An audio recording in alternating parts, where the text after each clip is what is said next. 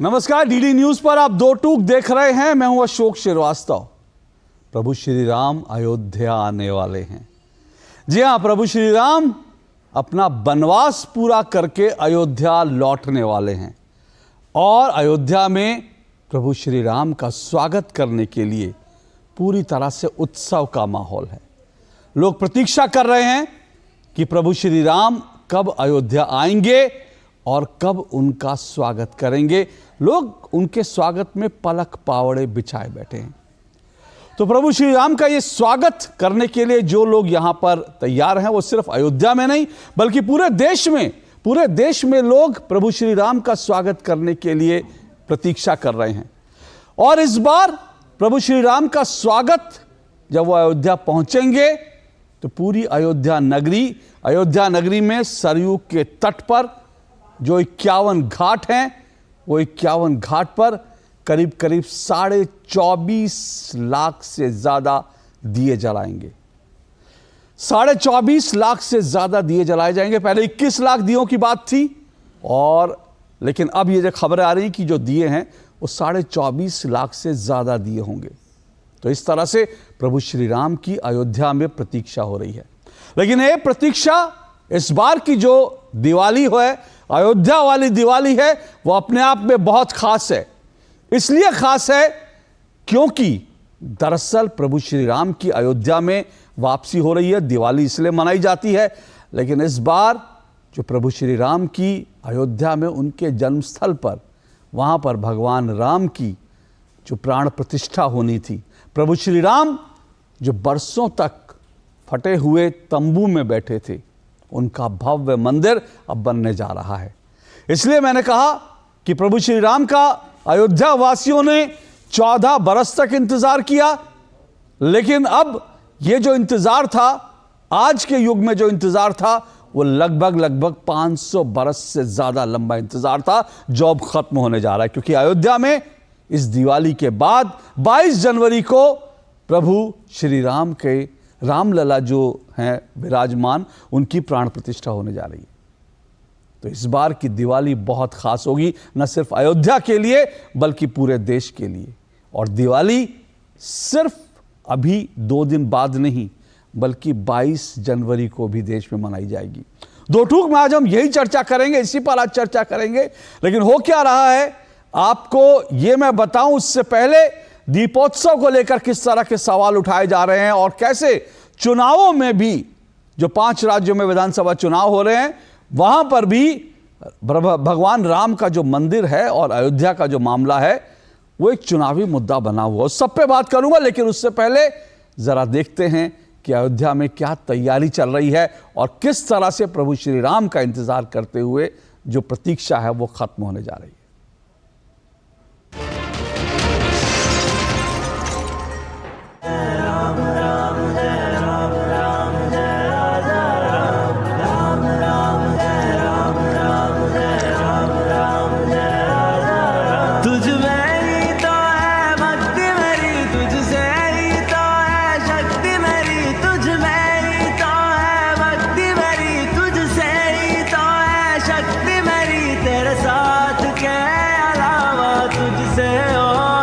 ना मांगू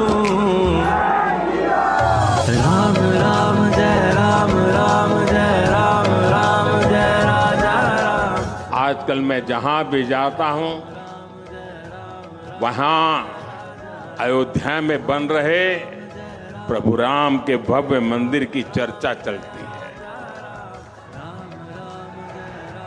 पूरे देश में खुशी की लहर है। सौभाग्य से भरे इस पावन कालखंड में मेरे मन में एक बात बार बार आती है। मैं स्वयं सोचता रहता हूं और जो बड़ों से सुना हुआ है, वो बात हर पल मेरे कान में गूंजती रहती है, मेरे मन को आंदोलित करती रहती है और मुझे तेज गति से दौड़ने की प्रेरणा देती है। और वो बार बार मैं उसका स्मरण करता हूं जहां कहा गया है, राम काज किने बिनु मोहि कहां विश्राम।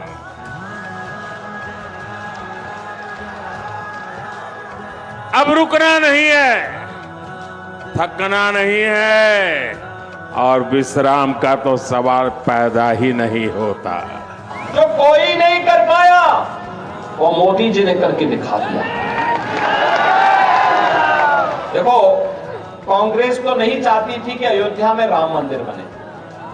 क्या कांग्रेस चाहती थी? क्या अगर कांग्रेस चाहती 1947 में, 48 में, 51 में, 52 में, 53 में, 54 में या उसके बाद भी लंबे समय तक उनकी सरकार रही, उन्होंने कभी अयोध्या में राम मंदिर का निर्माण नहीं करने दिया। विवाद खड़ा किया, राम भक्तों को मरवाते थे, पिटवाते थे, उनके सहयोगी गोली चलवाते थे। कभी उन्होंने राम मंदिर के निर्माण का कार्य नहीं किया, बल्कि उन्होंने तो कहा कि राम तो हुए कि नहीं हुए हम तो ये भी नहीं जानते। यानी भगवान राम के अस्तित्व पर ही प्रश्न खड़ा कर रहे थे ये लोग। तो इनसे कैसे उम्मीद कर सकते हैं कि आपके सम्मान की रक्षा करेंगे? कैसे आपकी आस्था का ख्याल ये लोग रखेंगे? इनसे उम्मीद ही नहीं की जा सकती है।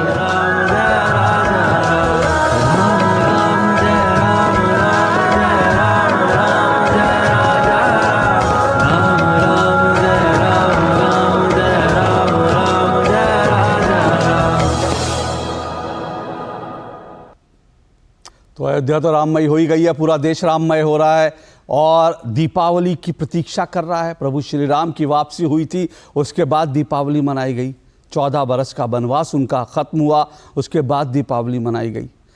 लेकिन अयोध्या का जो मामला है वो इस वक्त राजनीतिक रूप से भी गरमाया हुआ है। आपको मालूम है, प्रधानमंत्री नरेंद्र मोदी को निमंत्रण दिया गया। प्रधानमंत्री नरेंद्र मोदी से कहा गया, उनको निमंत्रित किया गया है कि जब रामलला विराजमान की वहाँ पर प्राण प्रतिष्ठा होगी तो प्रधानमंत्री नरेंद्र मोदी वहाँ पर आएँ, और उसको लेकर राजनीतिक विवाद बना था। लोगों ने, राजनीतिक पार्टियों ने, विपक्ष ने ये सवाल उठाया था कि सिर्फ ये जो मंदिर है वो बीजेपी का मंदिर तो नहीं है, तो प्रधानमंत्री को ही क्यों बुलाया गया। लेकिन इस बीच आज ये खबर आई है कि विश्व हिंदू परिषद ने बाकायदा ये कहा है कि विपक्ष के नेताओं को भी अयोध्या में रामलला विराजमान की प्रतिष्ठापना के अवसर पर अयोध्या में उनको निमंत्रित किया जाएगा। पर बड़ी बात यह भी है कि जो 5 राज्यों के विधानसभा चुनाव चल रहे हैं वहां पर भी लगातार अयोध्या के मुद्दे को उठाया जा रहा है। प्रधानमंत्री नरेंद्र मोदी ने उठाया, बीजेपी के जो स्टार प्रचारक थे वो उठा रहे थे, और प्रभु श्री राम और हिंदुत्व की बात कांग्रेस और विपक्ष के नेता भी कर रहे हैं। वो नेता भी कर रहे हैं जिन्हें मालूम नहीं कि भगवान श्री राम का अयोध्या में जो वापसी हुई थी, जो उनका वनवास था, वो 14 बरस का था, 13 बरस का नहीं। सुनिए जरा।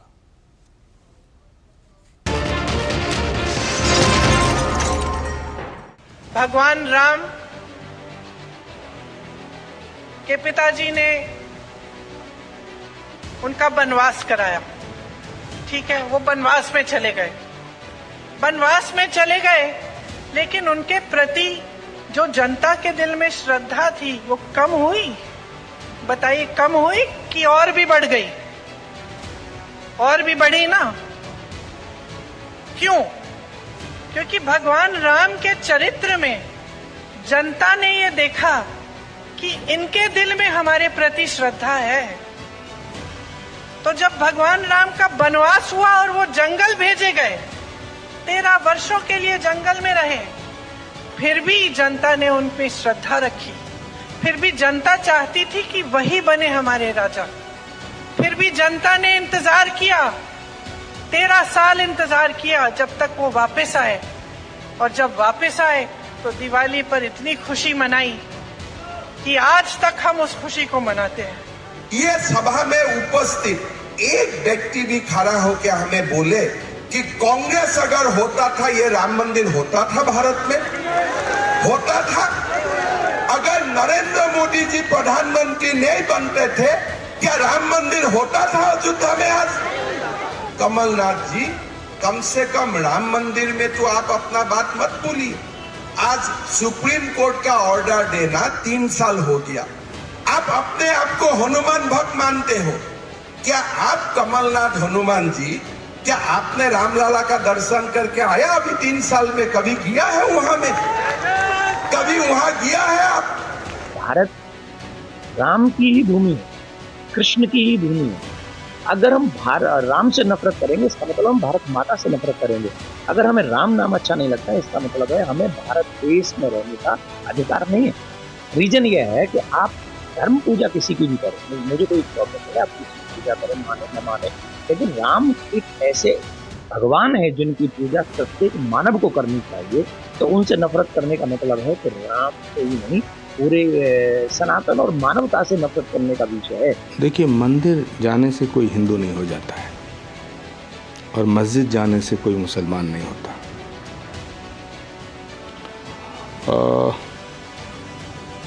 जीसस को ना मानने वाला ईसाई नहीं हो सकता, मोहम्मद को ना मानने वाला मुसलमान नहीं हो सकता।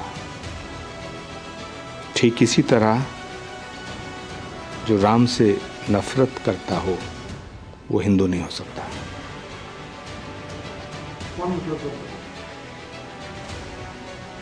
राम मंदिर को रोकने के जो प्रयास हुए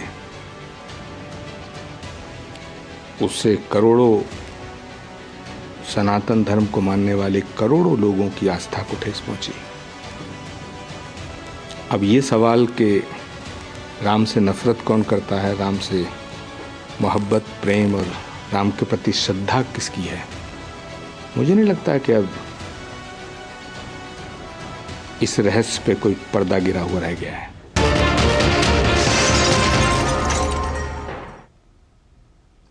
तो देखिए, भगवान श्री राम की महिमा है कि राम विरोधी किस तरह से एक दूसरे के खिलाफ ही बोल रहे हैं। और एक तरफ प्रियंका गांधी वाड्रा चुनाव में जाती हैं, भगवान राम का नाम लेती हैं, लेकिन उनको नहीं मालूम कि भगवान राम का जो वनवास था वो 14 बरस का था, 13 बरस का नहीं। दूसरी तरफ कांग्रेस के नेता आचार्य प्रमोद कृष्णन कहते हैं कि राम विरोधी कौन है ये बताने की जरूरत नहीं है।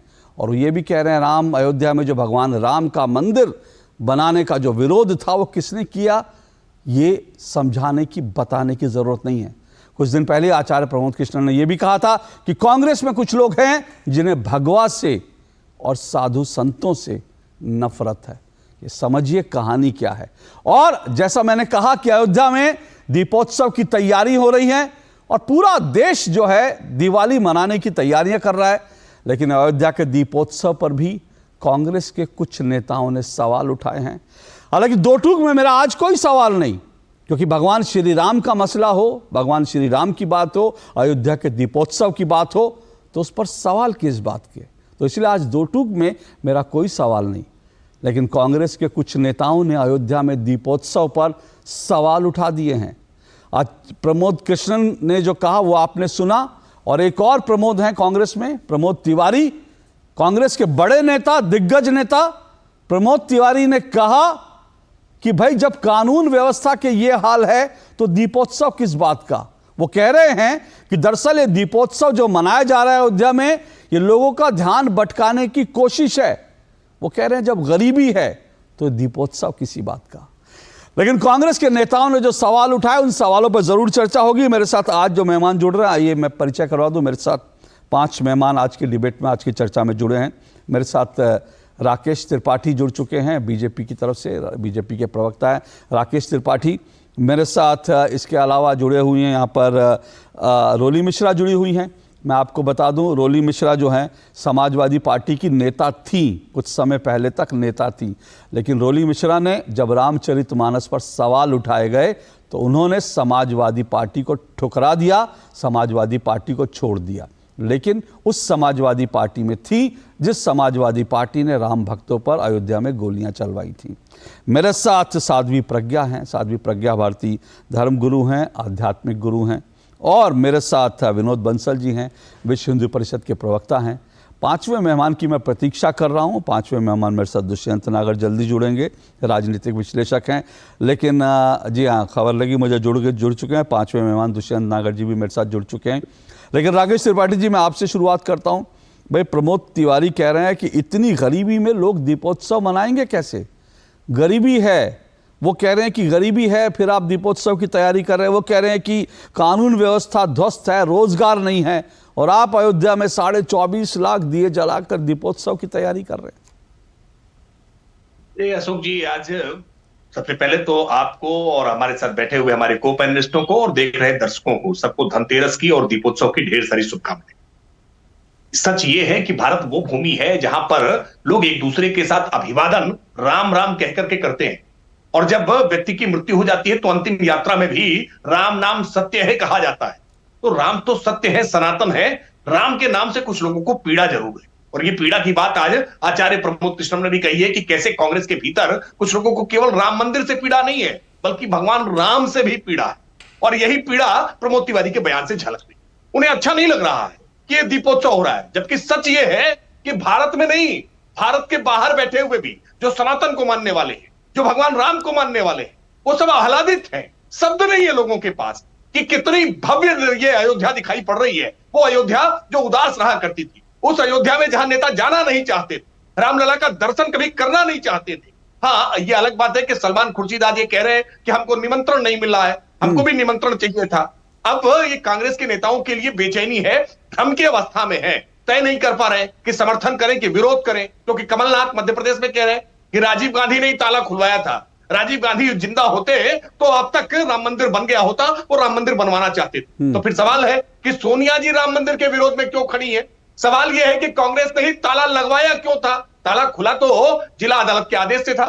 सच यह है कि राम को काल्पनिक मानने का काम कांग्रेस ने किया। सच यह है कि राम भक्तों पर गोली चलवाने का काम समाजवादी पार्टी ने किया। सच यह है कि आरजेडी लालू प्रसाद यादव ने राम रथ यात्रा को रोकने का काम किया था। सच यह है कि भारतीय जनता पार्टी और शिवसेना को छोड़ करके कोई एक राजनीतिक दल नहीं था जो ये चाहता हो कि भव्य राम का मंदिर बने। राकेश जी, ठीक है, लेकिन मेरा सवाल यही है कि भाई इतना महंगा आयोजन, दीपोत्सव जैसा आयोजन, इसकी जरूरत क्या? कांग्रेस के नेता इस पे सवाल उठा रहे हैं ना कि भाई इतना महंगा आयोजन आप कर रहे हैं, इतना खर्चा कर रहे हैं, क्यों भाई?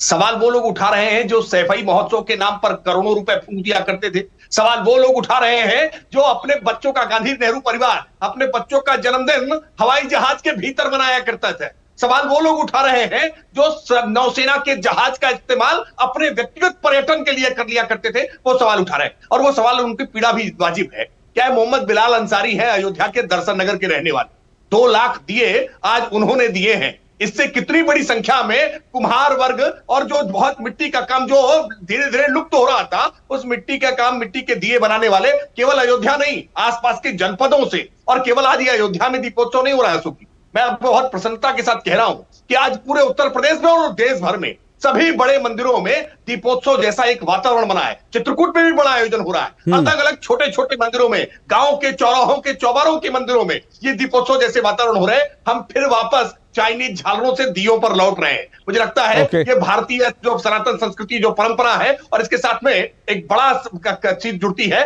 पर्यटन की, जिसको इग्नोर नहीं कर सकते हैं। पर्यटन आज बनारस में काशी विश्वनाथ कॉरिडोर बनने के बाद गोवा से 10 गुना ज्यादा पर्यटक आज बनारस में आए हैं, और अयोध्या में लगातार पर्यटकों की संख्या बढ़ी है। मंदिरों का कैसे एक अर्थशास्त्र जुड़ता है, उसके साथ में कैसे एक पूरी इकोनॉमी का पहिया घूमता है। मुझे लगता है कांग्रेसियों को, सपाइयों को, ये राष्ट्रीय जनता दल वालों को, ये विधर्मियों को, अधर्मियों को, इनको सबको समझना होगा कि धर्म से कैसे लोगों को जीवन मिलता है, कैसे चेतना मिलती है, आगे बढ़ने की प्रेरणा मिलती है। ओके, आपने जो कहा, मैं ये सवाल इंटरेस्टिंग है, और ये जो आपने कहा बिल्कुल ये बड़ी दिलचस्प बात है।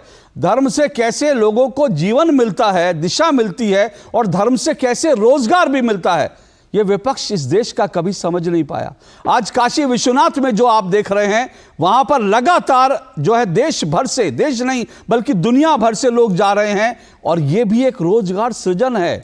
और अयोध्या के बारे में जो मेरी जानकारी है वो ये है कि अगले 6 महीने में अयोध्या में करीब 12 करोड़ लोग पहुंचने वाले हैं। कल्पना कीजिए, 12 करोड़ लोग जब वहां पहुंचेंगे तो दरअसल वहां पर छोटे छोटे जो उद्योग धंधे करने वाले हैं उनका रोजगार कितना बढ़ेगा। मेरे पास जो जानकारी है वो ये है कि अगले 6 महीने तक जी हां, अगले 6 महीने तक अयोध्या में कोई भी होटल जो है वहां पर आपको कमरा नहीं मिलेगा। आप सोचिए, जब एक व्यक्ति जाता है तो कम से कम 1000, 1500, 2000 रुपए जरूर खर्च करता है। आप सोचिए कि अयोध्या की इकॉनमी, उत्तर प्रदेश की इकॉनमी किस तरह से जो है अयोध्या में भगवान श्री राम का मंदिर बनने के साथ ही किस तरह से यहां की इकॉनमी जो है पूरी तरह से बदल जाएगी। इसकी आप कल्पना कीजिए। यह विपक्ष कल्पना नहीं कर पा रहा है। जो लोग आज दीपोत्सव का विरोध कर रहे हैं वो ये कल्पना नहीं कर पा रहे हैं।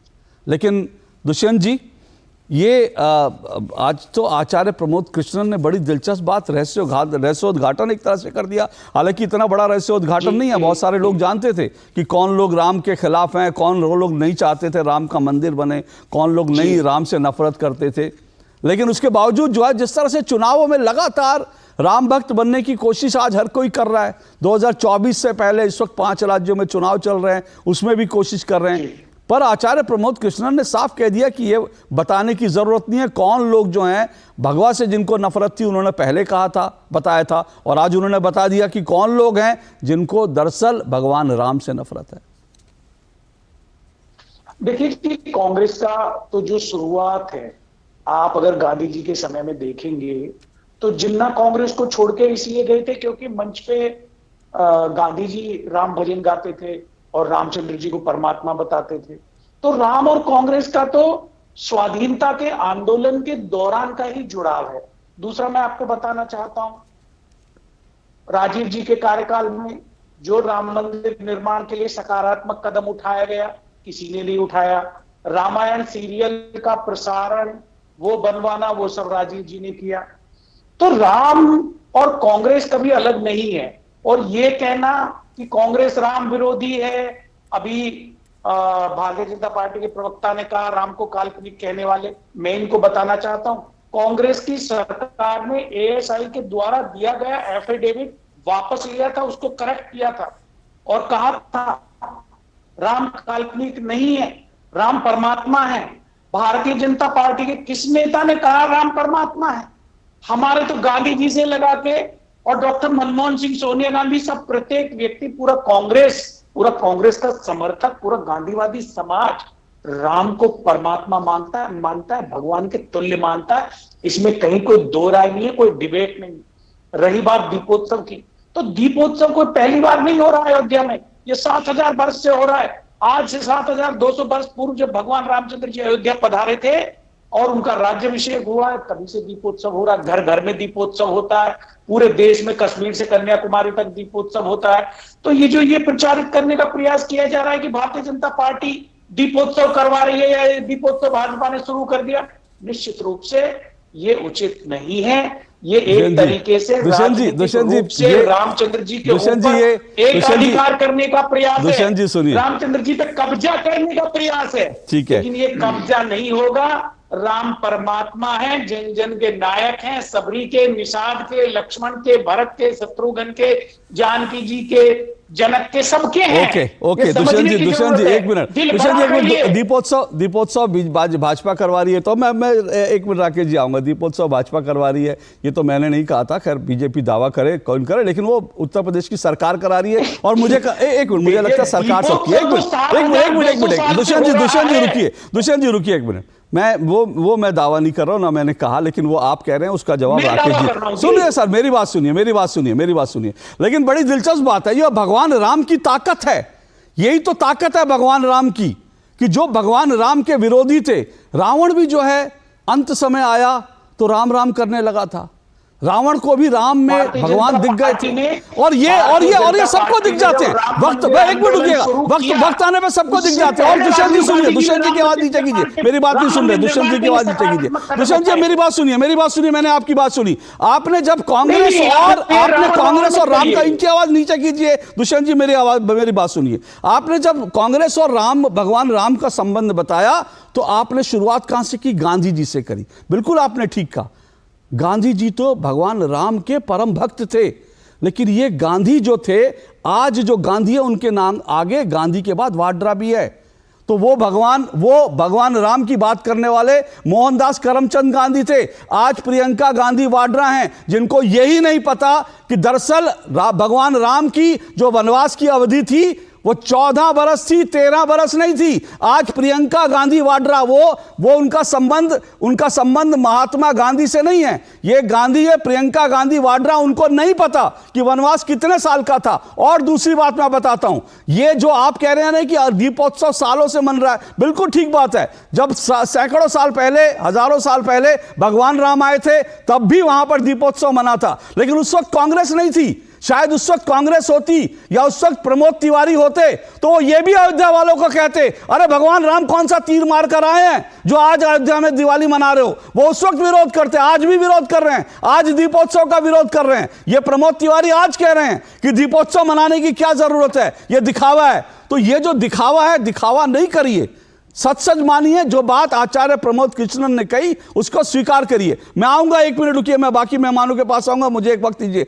दुष्यंत जी प्लीज लगातार मत बोलिए, लगातार मत बोलिए। मैं आपको बोलने का मौका दूंगा। आपके बीच में मैं बोला नहीं था। जब मैं बोलूं या कोई और बोले, प्लीज मत बोलें। मेरा आपसे निवेदन है। मैं आऊंगा इस ब्रेक के बाद। तुमने नौकरी छोड़ दी, अब आगे क्या प्लान है? Full time mutual fund distribution. बेटा, इतने में घर कैसे चलेगा? पापा, मेरे पास 150 क्लाइंट्स ऑलरेडी हैं और नए क्लाइंट्स मिलते रहते हैं। अब नौकरी छोड़कर full time mutual fund distributor ही बनूंगा। आप भी मेरी तरह म्यूचुअल फंड डिस्ट्रीब्यूटर बन सकते हैं। जानिए कैसे? mfdkareshuru.com पर। तो करें शुरू।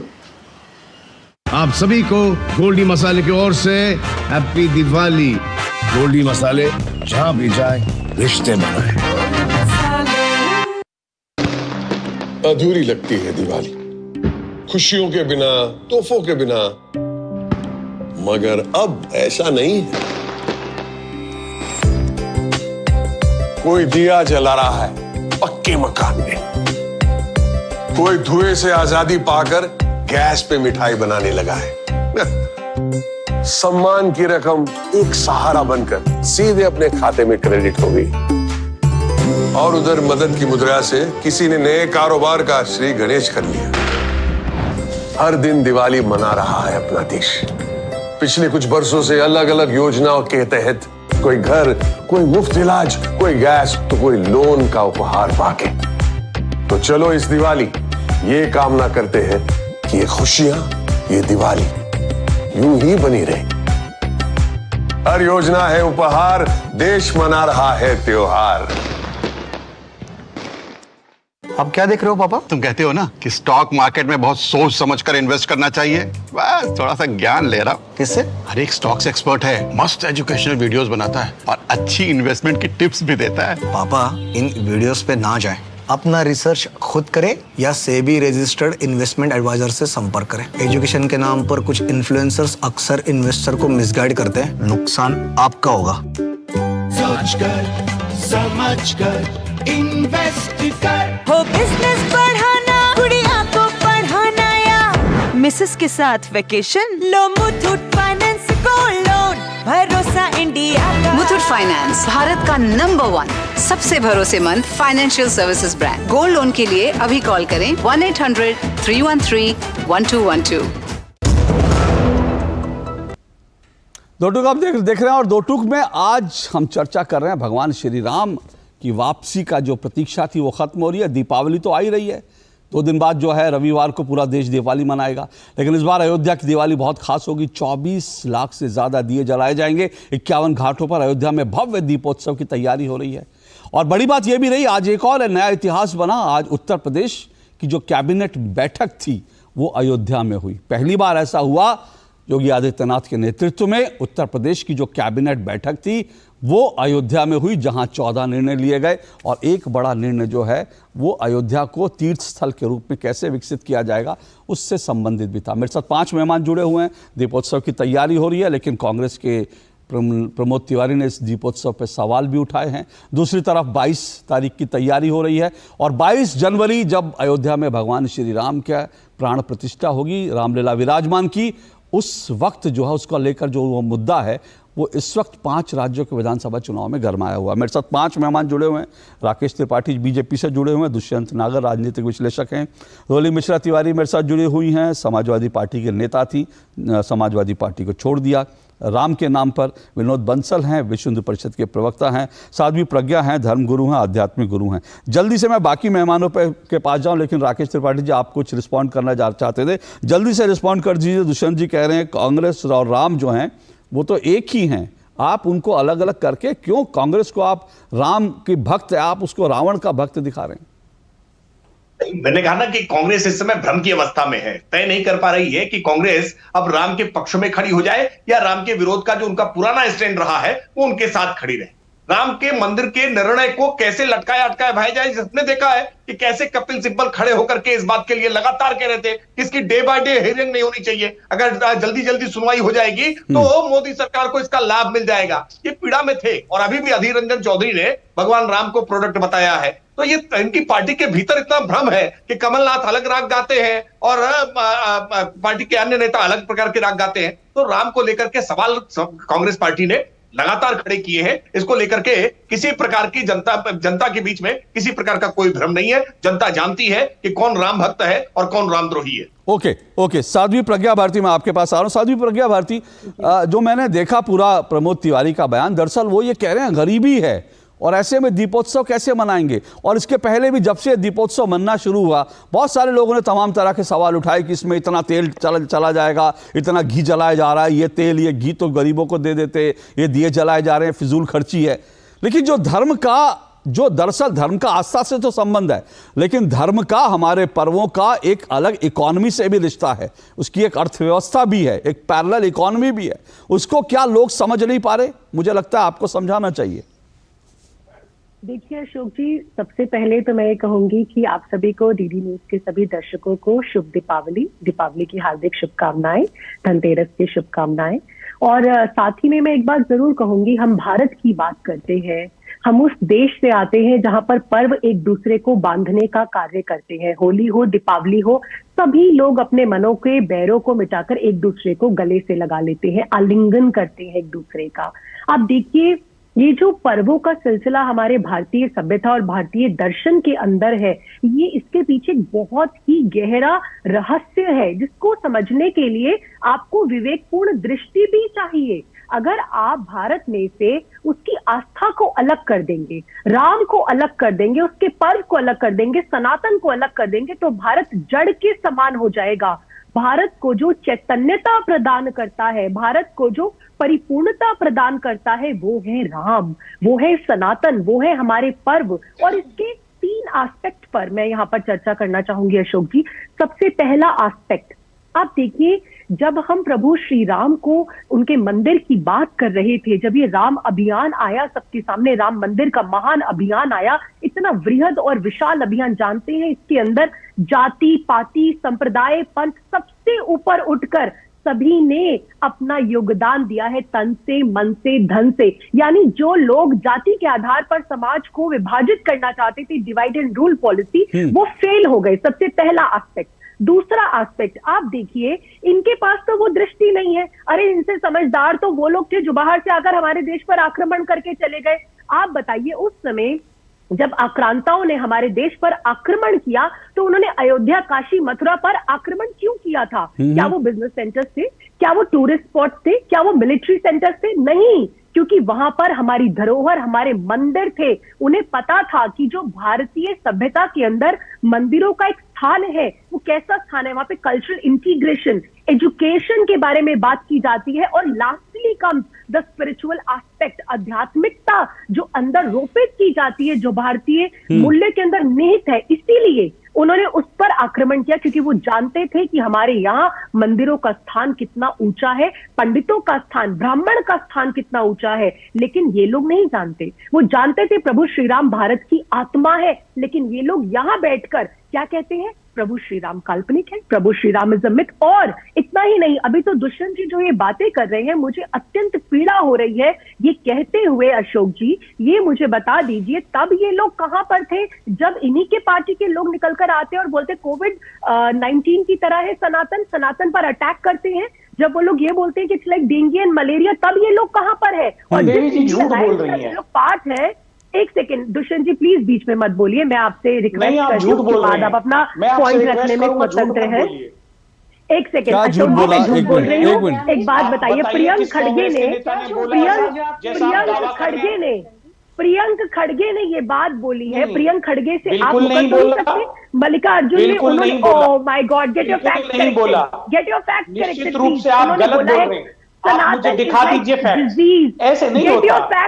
देखिए, आपको सबको समान भाव से देखना चाहिए। आप धर्म से जुड़े हुए हैं। ओके, एक एक करके सुनिए, एक एक करके सुनिए। दीपोत्सव का सुनिए, दीपावली का पर्व मैं नहीं चाहता कि आपको सबको मैं अपनी अपनी बात रखने का मौका दूंगा। मैं नहीं चाहता कि हम यहाँ चिल्ला चिल्लिया झगड़ा करें, क्योंकि दीपावली तो प्यार का पर्व है ना, प्रेम का पर्व है। तो मैं चाहता हूँ कि सब लोग अपनी अपनी बात रखें, लेकिन अगर कोई अपनी बात कर रहा है तो उसका विरोध आप जरूर करें, पर अपनी बारी आने पर। मेरा आपसे निवेदन है। साध्वी जी, अपनी बात जल्दी से पूरी कर लीजिए। जी, बस अशोक जी, मैं लास्ट एक पॉइंट पर आऊंगी। आप देखिए, ये जो अयोध्या के लिए इन्होंने बहुत बड़ा निर्णय लिया है, इसके लिए यूपी सरकार बधाई का पात्र है, साधुवाद का पात्र है कि उन्होंने ये निर्णय लिया। वहां पर कैबिनेट की पहली मीटिंग हुई है, जो अपने आप में एक बहुत ही विलक्षण और अनूठा स्टेप उन्होंने उठाया है।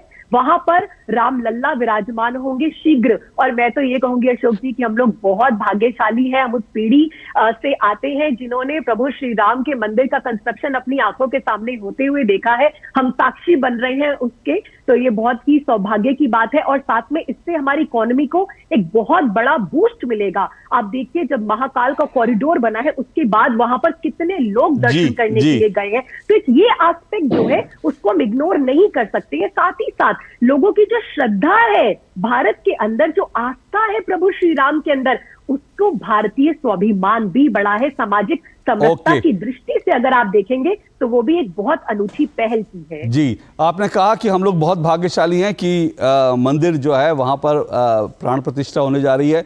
मुझे नहीं मालूम आप में से कितने लोग भाग्यशाली हैं। मेरे ख्याल से विनोद जी शायद भाग्यशाली होंगे, लेकिन मैं भी उन भाग्यशाली में हूँ जिन्होंने बाबरी ध्वंस भी देखा, बाबरी ढांचे को गिरते हुए भी देखा, जब कार सेवकों ने जो है जिस तरह से जो एक कह सकते हैं कि एक निशानी थी, जो विदेशी आक्रमणकारी की जो एक निशानी थी, उसको कैसे कार सेवकों ने ध्वस्त किया था। पर विनोद जी, जब प्रधानमंत्री को निमंत्रण दिया गया था 22 जनवरी का, तब विपक्ष ने पूरा विरोध किया।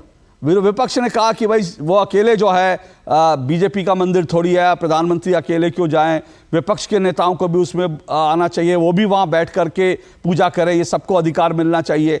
और लगता है आपने विपक्ष की बात सुन ली। आज खबर जो आई है वो ये है कि विनोद बंसल जी के हवाले से खबर यह है कि विश्व हिंदू परिषद तमाम जो विपक्षी नेता हैं उनको वहां पर निमंत्रित करने जा रही है। तो क्या विपक्ष की आवाज उठाने के बाद आप लोग जो है दबाव में आ गए? अशोक जी, सबसे पहले तो आपको सभी दर्शकों को धनतेरस और दीपावली की हार्दिक मंगल कामनाएं। राम जी जब 14 वर्ष के वनवास के बाद लौटे थे, तब हमने दिवाली मनाई थी और तब से हम दिवाली मनाते चले आ रहे हैं। अब तो राम जी 500 वर्षों के बाद अपने वनवास से लौट रहे हैं। और ये जो दिवाली भारत वाली है, ये दिवाली स्वदेशी वाली है, और ये दिवाली राम मंदिर वाली है। इसलिए सभी सुधी दर्शकों को अनंत शुभकामनाएं। दूसरी बात मैं कहूँ, देखिए कि राम मंदिर जब बन रहा है तो ये सिर्फ राम जी का मंदिर नहीं बन रहा अशोक जी, ये राष्ट्र मंदिर बन रहा है। और ये राष्ट्र मंदिर जब बन रहा है तो संपूर्ण राष्ट्र के अंदर रहने वाले प्रत्येक व्यक्ति का ये मंदिर है। वो मतपंथ संप्रदाय, भाषा, विचार और स्थान से कहीं से बिलोंग कर सकता है, किसी भी रिलीजन का हो सकता है, मैं कहूंगा आपको अशोक जी। लेकिन अगर राम में आस्था रखता है, राम को अपना पूर्वज मानता है, राम को रग रग में समाया हुआ समझता है, तो निश्चित रूप से मंदिर उसका भी है। और हम ये पुरानी सब बातों को दरकिनार करते हुए हम ये कहना चाहते हैं कि देखिए कि राम जी के जो मंदिर जो है संपूर्ण राष्ट्र का मंदिर बने, और ये जैसे जैसे राम मंदिर जो है उसकी ध्वज पताका लहराएगी और वो विस्तार पाएगा मंदिर, वैसे वैसे हम रामत्व का प्रसार करेंगे। अशोक जी, आपको याद होगा जब 9 नवंबर 2019 को जो निर्णय आया था, तभी विश्व हिंदू परिषद ने संकल्प लिया था कि हमारा जो संघर्ष था वो संघर्ष पर विराम हुआ है, लेकिन हमारा काम तमाम नहीं हुआ है। अब असली काम हमारा प्रारंभ हुआ है।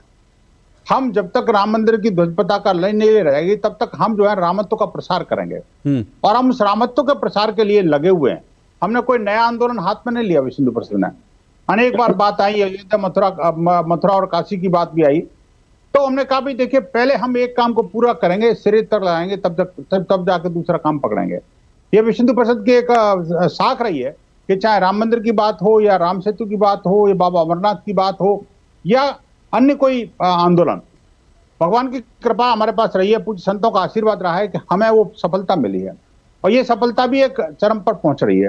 आप देखिए कि जब राम जी का मंदिर बन रहा है तो हम राम जी के मंदिर से बनने से पूर्व पिछले 2 वर्ष पूर्व हमने एक निधि समर्पण अभियान किया था, आपको याद होगा।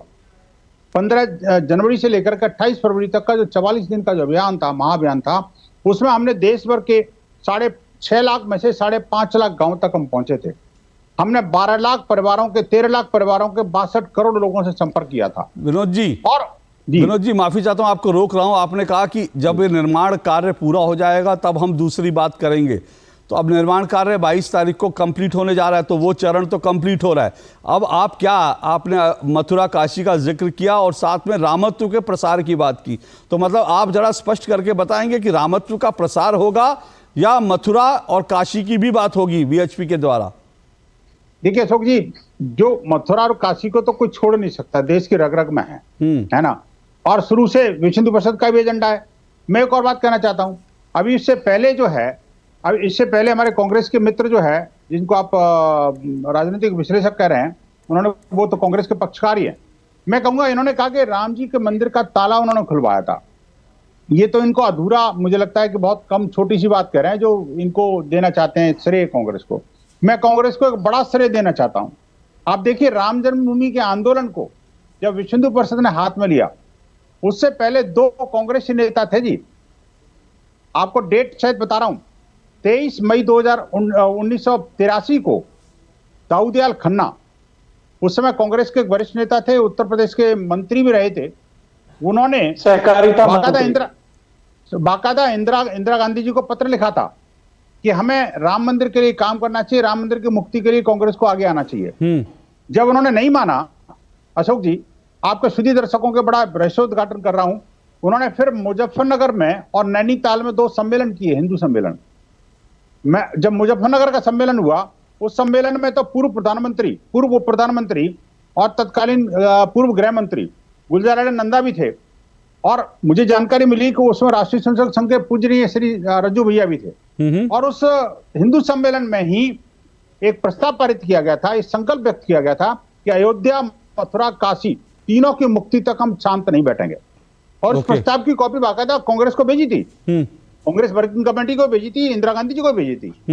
लेकिन दुर्भाग्य से क्या हुआ कि जो जिस श्रेय की ये बात कर रहे हैं, काश वो कांग्रेस उस समय खड़ी हो जाती, राम जी को समझ जाती और रामत्व के एक कोना भी होता उनके मन में, तो वो उस समय जो है ना प्रस्ताव पर विचार करती। उन्होंने क्या किया, उन दोनों कांग्रेसी नेताओं को साइडलाइन कर दिया। ओके, मैं रोली जी 1 मिनट रुकिएगा, मैं आपके पास आना चाहता था, लेकिन उससे पहले दुष्यंत जी, चलिए, अब जो आप तो कह रहे हैं राम और कांग्रेस में अंतर नहीं है, लेकिन अब जो है अगले की जो आगे की जो तैयारी हो रही है, क्योंकि ये नहीं भूलना चाहिए कि विश्व हिंदू परिषद ने, और पहले भी जब से ये राम जन्मभूमि मुक्ति आंदोलन शुरू हुआ है, तब से तमाम हिंदू संगठनों ने कहा था कि भाई 3 हमारे 33,000 से ज़्यादा मंदिर तोड़े गए थे, लेकिन 3 मंदिर जो हमारी आस्था के मुख्य केंद्र हैं, अयोध्या, मथुरा, काशी, ये 3 मंदिर अगर इन तीनों पर जो है मुस्लिम पक्ष और बाकी पक्ष बैठ करके प्यार से समझौता कर लेंगे, तो फिर ये बहुत एक अच्छा सांप्रदायिक सौहार्द का वातावरण देश में बनेगा।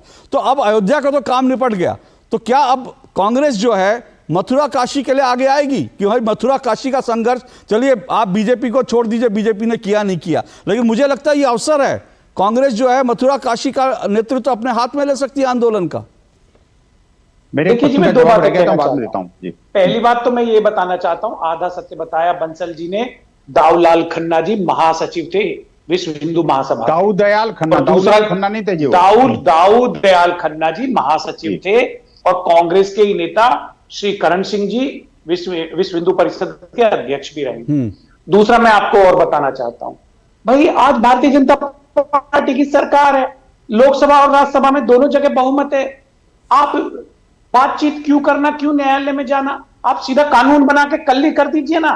अरे 22 तारीख को जहां एक तरफ भगवान राम कांग्रेस मांग करेगी महान और शोभायमान मंदिर का प्रादुर्भाव, कांग्रेस मांग करेगी, उद्घाटन होगा, लोग कांग्रेस सुनिए ना, नहीं मैं मांग कर रहा हूं, आपने बहुत अच्छी बात की, मुझे लगता है आपने बहुत, सुनिए सर, आप कर दीजिए, आपने बहुत अच्छी बात की, मुझे लगता है मुझे लगता है सोनिया जी को एक चिट्ठी लिखनी चाहिए प्रधानमंत्री को कि मथुरा और काशी की मुक्ति के लिए सरकार एक अध्यादेश लाए। मुझे लगता है ये सोनिया जी को एक चिट्ठी लिखनी चाहिए। तो कांग्रेस को जो राम मंदिर के मुद्दे पर जो अपयश मिला या जो भी है, जो लोग नहीं मानते आज उनका कोई अपयश नहीं मिला। ठीक है, मेरी बात है, मेरी बात नहीं, हम व्यक्ति, हमारी भारत में सभी व्यक्ति समान है। अगर मैं पत्र लिख रहा हूं तो उसका महत्व नहीं है। सोनिया जी का एक पत्र चाहिए। सोनिया जी क्यों नहीं लिख सकती? सोनिया जी क्यों नहीं लिख सकती? नहीं दुष्यंत जी आप सांसद नहीं है। दुष्यंत जी आप सांसद नहीं है। सोनिया जी एक पत्र लिखते हैं, वो सांसद है। राहुल जी लिखते हैं, वो भी सांसद हैं। एक सांसद अगर चिट्ठी लिखेगा, कांग्रेस का एक सांसद लिखेगा कि भाई इसका एक अध्यादेश लाइए, तो मुझे लगता है बीजेपी मजबूर हो जाएगी। बीजेपी को कांग्रेस की चिट्ठी के आगे झुकना पड़ेगा अध्यादेश लाने में। और अगर अध्यादेश नहीं लाएगी बीजेपी तो फिर बीजेपी से सवाल पूछा जाएगा कैसे हिंदू हो तुम, और फिर राहुल गांधी सच्चे हिंदू साबित हो जाएंगे। एक चिट्ठी राहुल गांधी लिखें वो प्रधानमंत्री को कि मथुरा काशी की मुक्ति के लिए अध्यादेश लाइए। मुझे लगता है राहुल जी प्रयास करें, इससे बहुत यश मिलेगा राहुल जी को। रामत्व की बात की है, दुष्यंत जी नहीं बोलेंगे। अशोक जी मेरी बात को थोड़ा जवाब दें। रामत्व क्या है? राम के यहाँ सब समान है। वहां MP, सांसद, व्यक्ति, कोई पद के अनुसार व्यक्ति बड़ा छोटा नहीं होता। अभी आप रामत्व की बात कर रहे हैं, और जब संसद की बात होगी तो संविधान आप उठा लेंगे, कहेंगे संविधान से देश चलता है, संविधान से देश चलता है, आस्था से नहीं चलता। तब आप संविधान की बात करेंगे। तो सर इसलिए दुष्यंत जी आपने जो बात कही बहुत वजनी है। दुष्यंत जी आपने जो बात की बहुत वजनी है। मुझे लगता है कि सोनिया जी राहुल जी को कंसीडर करना चाहिए। और आप सुनिए दुष्यंत जी, मैं दर्शकों को यह बता दूं, ये जब राहुल गांधी जी भट्टा पारसोल गए थे तो राहुल जी के सारथी दुष्यंत जी थे। मुझे लगता है दुष्यंत जी आप इसमें सारथी बनिए राहुल गांधी के, और राहुल गांधी की चिट्ठी लेकर आप प्रधानमंत्री जी के पास जाइए कि देखिए मैं चिट्ठी लेकर आया हूं राहुल जी की, मैं उनका सारथी हूं, और जो है अयोध्या के बाद मथुरा काशी की मुक्ति के लिए बीजेपी और सरकार जो है एक अध्यादेश लाए। मुझे लगता है आपको सारथी बनना चाहिए राहुल जी का। उसके बाद ये दोनों मसले हल हो जाएंगे, इससे बढ़िया कुछ हो नहीं सकता। लेकिन एक मिनट रुकिए, मुझे जरा रोली जी के पास जाना है। मैं एक मिनट, हमें प्रधानमंत्री का सारथी बनाइए। हम तो आप राहुल जी के सारथी नहीं बनना चाहते, ये गलत बात है। आप राहुल जी को ऐसे मत नहीं छोड़ सकते। दुष्यंत जी आप राहुल जी के साथ ऐसे नहीं छोड़ सकते। राहुल जी को भी अच्छे लोगों की जरूरत है। 40 पे उनकी पार्टी 40-45 पे सिमटी हुई है। उन्हें अच्छे लोगों की, आप जैसे अच्छे लोगों की जरूरत है। कृपया उनका साथ मत छोड़िए दुष्यंत जी। राहुल जी को अच्छे लोगों की जरूरत है। लोकसभा चुनाव दूर नहीं है, उनका साथ मत छोड़िए दुष्यंत जी। उनके साथ चट्टान की तरह अडिग रही है। उनको आप जैसे लोगों की ताकत की जरूरत है। मैं रोली जी के पास आ रहा हूं, एक मिनट रुकिए सर, ऐसा मत सोचिए प्लीज। ये पाप मेरे सर मत चढ़ाइए कि दुष्यंत जी ने मेरे कार्यक्रम में ऐलान किया कि वो प्रधानमंत्री नरेंद्र मोदी के साथ जा रहे हैं राहुल जी को छोड़ करके। ये पाप मेरे सर मत चढ़ाइए प्लीज। मैं रोली मिश्रा जी को डिबेट में लाना चाहता हूं। एक मिनट दुष्यंत जी, एक मिनट रोली देखिए रोली जी इतना समय हो गया, एक मिनट रुकिए दुष्यंत जी प्लीज, मुझे रोली जी को नहीं आया। दुष्यंत जी एक मिनट रुक जाइए। रोली जी ये जो डेवलपमेंट हो रहे हैं सारे, आप इनको कैसे देखती हैं? क्योंकि आपका व्यू इसलिए इंपॉर्टेंट है, आप समाजवादी पार्टी की नेता रही। आप ये कहती हैं कि आपने रामचरितमानस पर जब उंगली उठाई समाजवादी पार्टी के नेता ने और अखिलेश यादव जी उस पर चुप रहे, तो आपने समाजवादी पार्टी को छोड़ दिया, ठुकरा दिया। लेकिन सवाल यह कि इतने साल तक आप उस पार्टी में रही जिस पार्टी ने राम भक्तों पर गोलियां चलाई थी। निसंदेह ये सवाल तो सबसे पहले आता है, लेकिन मैं एक बात बता देना चाह रही। सबसे पहले तो आप सभी को धनतेरस की और दीपोत्सव की हार्दिक शुभकामनाएं। और प्रारंभ भी मेरा, क्योंकि सबसे अंत में आपने मुझे लिया, तो प्रारंभ भी मैं करूंगी राम रामे ती रमे रामे मनोरमे सहस्त्र नाम तातुल्यम श्री राम नाम वरानने। और प्रभु श्री राम का जो ये भव्य मंदिर बन रहा है, मुझे लगता है कि हर भारतवासी के लिए, सिर्फ सनातन को मानने वाले लोग ही नहीं, इस भारत में जो भी जाति और धर्म के लोग बनते हैं, उनके लिए ये बहुत बड़ा सुखद महोत्सव है। और जैसा कि साध्वी जी ने कहा कि जो पर्व मनते हैं, जो हम पर्व मनाते हैं अशोक जी, ये हमारी संस्कृति और संस्कारों का एक तरीके से प्रारूप होता है। हम अपनी संस्कृति और संस्कारों को पीढ़ियों तक कैसे पहुंचाते हैं, ये इन पर्वों के माध्यम से पता चलता है। अब बात समाजवादी पार्टी की करते हैं। समाजवादी पार्टी में मैं जब थी, तो जब ये राम मंदिर का ये विवाद हुआ, बहुत छोटी रही थी। निश्चित तौर पर मैंने कई बार मुलायम सिंह यादव जी से इस विषय पर बहुत सारी चर्चा की, बहुत सारी वार्ता की, और हमेशा मैं उनसे एक सवाल करती थी कि आपने ऐसा क्यों किया। और अशोक जी एक बहुत बड़ी बात थी, आज मैं मुलायम सिंह यादव जी स्वर्गीय है लेकिन उनका नाम देना चाहूंगी कि कहीं ना कहीं वो विचार मुक्त कंठ से और मुक्त विचारों से इस पर चर्चा भी करते थे। और अगर वो चर्चा नहीं करते, उनके अंदर एक ग्राही प्रवृत्ति नहीं होती, सामान्य मिट्टी से उतर के आए थे, तो वो कभी भी कल्याण सिंह जी को अपनी शक्ति देकर के एटा का सांसद नहीं बनाते। आप इस बात को मानेंगे। कल्याण सिंह जी का भी उन्होंने साथ दिया जो कि उनके घनघोर विरोधी थे, और जो मुल्ला मुलायम नाम जो नाम थे वो कल्याण सिंह जी के समर्थकों ने उनको दिए थे। तो ये इस पीढ़ी के बाद हमने उनके आगे वाली पीढ़ी को ज्वाइन किया, अखिलेश यादव जी को ज्वाइन किया। लेकिन अशोक जी, ये बड़ी विडंबना है इस देश की। प्रभु श्री राम को तो वनवास हुआ, लेकिन आप देखिए कि उनके साथ साथ लक्ष्मण जी को भी वनवास हुआ, लक्ष्मण जी की पत्नी को भी वनवास हुआ, भरत जी को भी वनवास हुआ। तो प्रभु श्री राम को चाहने वालों की आप अपनी बात देखिए, मैं आपको देख रही हूँ, पिछले शायद 3 दशक हो गए अशोक जी आपको देखते हो मुझे, 25 वर्ष से आप इस विषय को कहीं ना कहीं जिस मंच पर मिलते हैं आप उठाते हैं, बात करते हैं। तो आप लोकतंत्र के चौथे स्तंभ के तौर पर भी इस विषय को उठा रहे थे।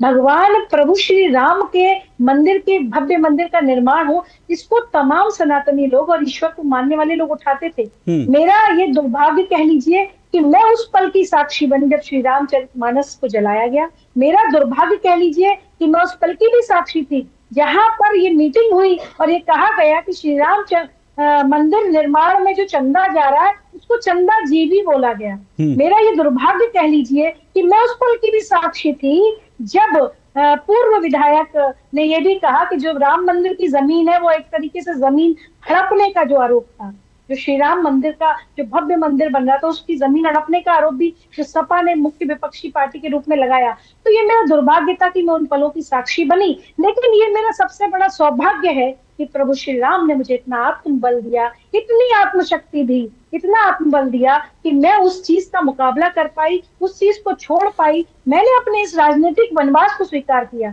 आज अशोक जी करीबन 10 महीने हो गए मैं किसी राजनीतिक दल का हिस्सा नहीं हूँ, और एक अच्छी खासी राजनीतिक जीवन को जीते हुए आप एक पार्टी की प्रवक्ता रहे हो या आप संवैधानिक पदों पे रहे हो, ईश्वर करे जैसे राम जी का वनवास खत्म हुआ था आपका भी वनवास खत्म हो। लेकिन हाँ, एक मिनट विनोद जी, मैं आपके पास आऊंगा ब्रेक पर, लेकिन जल्दी से रोली बहुत संक्षेप में 30 सेकंड में मैं जानना चाहता हूं, आज जब विपक्ष के नेता जब राम मंदिर का श्रेय लेने की कोशिश करते हैं, जब कहते हैं कि भाई ये तो सबका है, राम जी तो सबके हैं, हमारे भी हक है, हम भी जो है हमने भी ताला खुलवाया, हमने ये किया, हमने वो किया, तो क्या लगता है आपको? अशोक जी, आप सड़क पर निकल करके देखिए, आप सोशल मीडिया को देखिए, आप रील्स को देखिए, ईश्वरीय कृपा से, प्रभु श्री राम की कृपा से सनातन धर्म का जो प्रचार प्रसार मोदी जी के आने के बाद भारतवर्ष में हुआ, मैं निश्चित तौर पर कहूंगी, उसके बाद आप खुद महसूस करेंगे कि बच्चा जो है वो राम का हो रहा है, बच्चा राम बोल रहा है। तो ऐसे समय में जो विपक्षी दल हैं वो आप सिर्फ सत्ताधारी दल से डरते नहीं है, वो जनता से डरते हैं, वो कंफ्यूजिंग स्टेट में है। आप किसी भी जगह पे चले जाइए, स्वामी प्रसाद मौर्य ने श्री रामचरितमानस जलाए, कहीं जूता फेंका उनके ऊपर, कहीं स्याही फेंकी।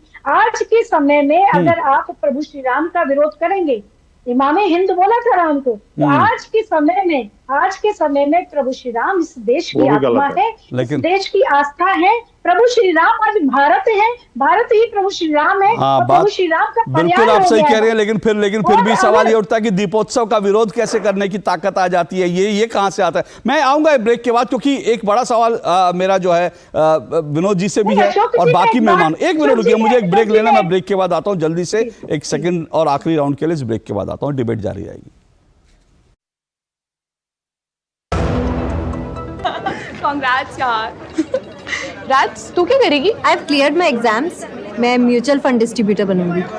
म्यूचुअल फंड डिस्ट्रीब्यूटर, स्कोप क्या है इसमें? एमएफडी में स्कोप अनलिमिटेड है। शुरुआत के सालों में मैं जितनी मेहनत करूंगी, जितने कस्टमर्स बनाऊंगी, उतना ही फ्यूचर में मेरा भला होगा। आप भी मेरी तरह म्यूचुअल फंड डिस्ट्रीब्यूटर बन सकते हैं। जानिए कैसे, mfdkarenshuru.com पर। तो करें शुरू। हो बिजनेस बढ़ाना, गुड़िया को पढ़ाना, या मिसेस के साथ वेकेशन, लो मुथूट फाइनेंस गोल्ड लोन, भरोसा इंडिया का। मुथूट फाइनेंस, भारत का नंबर 1 सबसे भरोसेमंद financial services brand. Gold loan के लिए अभी कॉल करें 1-800-313-1212। आप सभी को गोल्डी मसाले की ओर से हैप्पी दिवाली। गोल्डी मसाले, जहां भी जाए रिश्ते बनाए। तुम्हें पता है इन्वेस्टर्स के लिए एक इन्वेस्टर प्रोटेक्शन फंड होता है IPF, लेकिन अगर तुम्हारा ट्रेड एक्सचेंज पर एग्जीक्यूट नहीं हुआ या फिर कोई गारंटीड रिटर्न्स वाली स्कीम है तो ये IPF आपकी मदद नहीं कर सकता है। और अगर आपका ब्रोकर ही डिफॉल्टर बन जाए तो फिर IPF आपको कॉम्पेंसेशन दिला सकता है। कहां से सीखा? NSE की साइट पर। सोच कर समझ कर इन्वेस्ट कर। तो टूक आप देख रहे हैं खत्म बनवास राम तरस की आस, इसी पर हम चर्चा कर रहे हैं। मेरा सवाल सीधा विनोद बंसल जी आपसे है। विनोद बंसल जी, हनुमानगढ़ी के जो महंत हैं उन्होंने साफ तौर पर कहा था कि भाई बाबर भक्तों को हम राम मंदिर में प्रवेश नहीं करने देंगे। मैं राजू दास जी की बात कर रहा हूं, उन्होंने कहा था बाबर भक्तों को प्रवेश नहीं करने देंगे। और आप तो तमाम बाबर भक्तों को आज निमंत्रण देने की बात कर रहे हैं। ये वो, क्योंकि कांग्रेस, ये वही कांग्रेस है जिसने लोकसभा के अंदर ये बाकायदा उनके प्रधानमंत्री ने कहा था कि वहां पर एक बार फिर से मस्जिद बनाएंगे राम जन्मस्थल पर। अशोक जी, जिन्होंने राम से द्रोह किया, जो राम मंदिर कभी गए नहीं, जिन्होंने अयोध्या का मुंह नहीं देखा, जो अयोध्या का हमेशा से राम जी का विरोध करते रहे, तो आखिरकार अयोध्या पहुंच कैसे सकते हैं? मैंने जो अक्षत इन्विटेशन की बात की है वो बेसिकली अयोध्या पहुंचाने के लिए नहीं करी, वो शायद खबर अधूरी पड़ी है किसी ने। मैं कहता हूं देखिए कि हमारा सीधा सीधा कहना था कि जो अक्षत कलश अयोध्या से चले हैं 5 दिसंबर को, 5 नवंबर को, वो अक्षत कलश अयोध्या से चल के 45 हमारे प्रांत केंद्र हैं वहां तक जाएंगे। प्रांतों से विभाग से जिले से खंड और खंड से उपखंड, प्रखंड, खंड, उपखंड, ऐसे जगह पर चलते हुए और वो समारोह पूर्वक बस्तियों तक पहुंचने वाले हैं। 1 जनवरी से लेकर के 15 जनवरी तक हम लगभग 13 करोड़, लगभग 10 करोड़ परिवारों से संपर्क करेंगे और उनको सबको across the party line, across the religious caste and creed और अपने रीजन, हम उन सबको अक्षत इन्विटेशन देंगे और उनको कहेंगे कि आप अपने क्षेत्र के मंदिरों में एक बड़ा भव्य कार्यक्रम करें और जो कार्यक्रम हो रहे हैं उसका सहयोगी बने और राम जी के जो पूजा अनुष्ठान में उसमें भाग लें। अगर कोई पाप किया है तो उसका प्रायश्चित भी करें और अच्छा काम किया है तो राम जी का गुणगान करें, उनको धन्यवाद दें। और आपने जो संघर्ष किया है राम जन्म की मुक्ति के लिए, जो आपने का प्रत्यक्ष और अप्रत्यक्ष रूप से जो योगदान किया है, जिन लोगों ने बलिदान दिया है, उन सबको नमन करते हुए और वो उस उत्सव में सहभागी बने। ओके दुष्यंत जी, ओके सर, मेरे पास समय बिल्कुल नहीं है। दुष्यंत जी, बहुत संक्षेप में, तो क्या सहभागी बनेंगे और राम भक्तों को, कार सेवक जो मारे गए, जिनको जो बलिदान हुए, उनके लिए नमन करेंगे? देखिए, पहले तो मैं ये बताना चाहता हूं, जिस प्रकार से आपने कहा ना, कांग्रेस के प्रधानमंत्री ने संसद में कहा था मस्जिद बनवाने के लिए, उसी प्रधानमंत्री ने राम मंदिर निर्माण के लिए कानून बनाने का काम भी किया था और जिसका भारतीय जनता पार्टी ने विरोध किया। दूसरी बात यह है, बोलिए सर, मेरे पास समय कम है।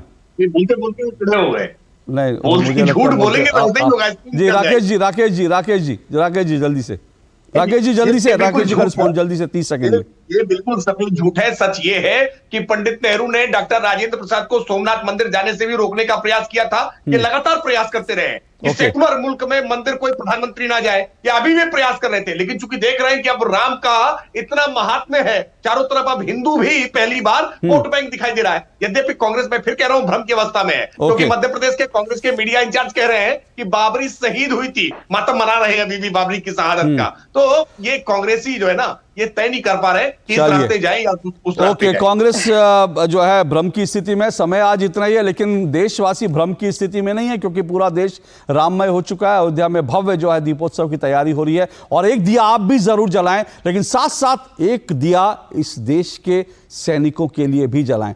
प्रधानमंत्री नरेंद्र मोदी कल रविवार को एक बार फिर अपनी दीपावली जो है वो सैनिकों के बीच मनाएंगे, सीमा पर मनाएंगे। आप भी एक दिया देश के सैनिकों के नाम जरूर जलाइए।